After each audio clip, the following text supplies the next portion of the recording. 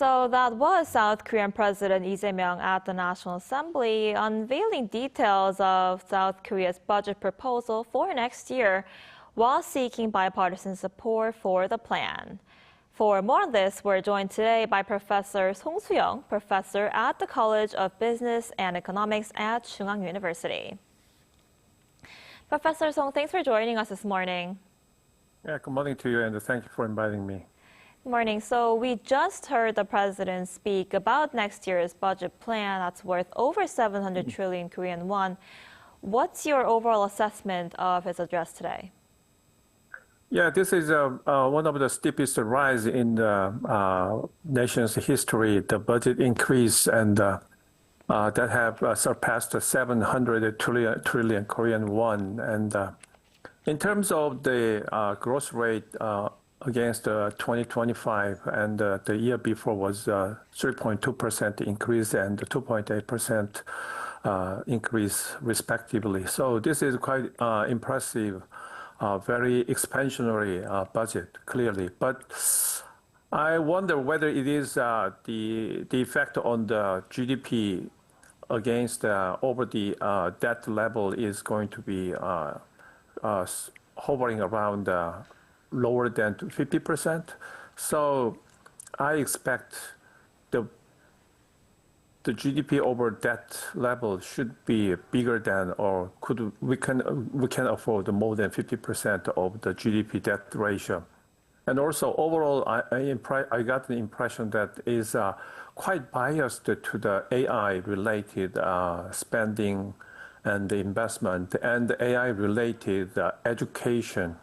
So to that regard, this sounds like a supply side effect to lead the economic growth of the economy rather than relying on some demand side effect. So the demand side effect clearly could be fostered by the increase of the welfare spending, but relatively the welfare spending for elderly people and some livelihood increase for their basic livelihood payment would be of help, but I don't think it has a very big impact over the economic growth. So AI would be the workhorse, the primary workhorse to lead Korean economy. So, but AI, in terms of AI prospect, is always subject to uncertainty. So to that regard, currently, we have a very optimistic view, but we have to wait and see how this AI plan will be played out in details for the coming several months and the next year.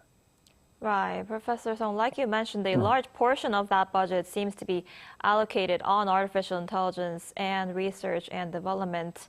What do you think is behind this decision initially, as the government has been seeking to, foster new growth engines to sort of boost the economy?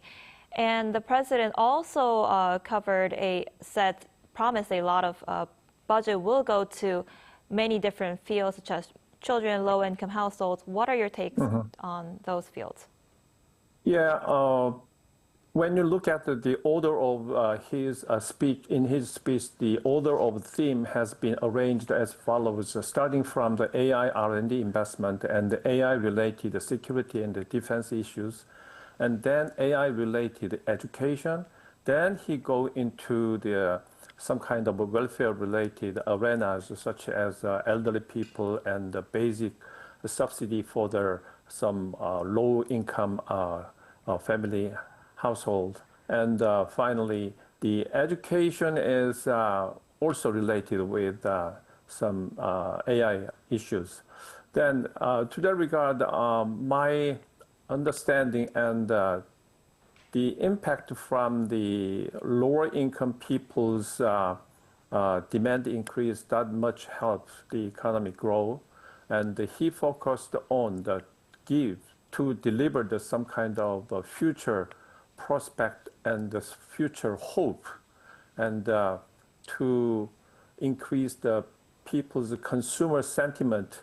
But when you look at the consumer sentiment, according to the Bank of Korea, the overall composite is quite 109 points, so which is a little bit higher. But when you go into details, people still have some complaint and some insecurity and uncertainty about the current living standard. So this part, maybe if we have spent too much on some AI-related issues, that could increase the people's anticipation and the expectation level, then we might end up with a sudden collapse.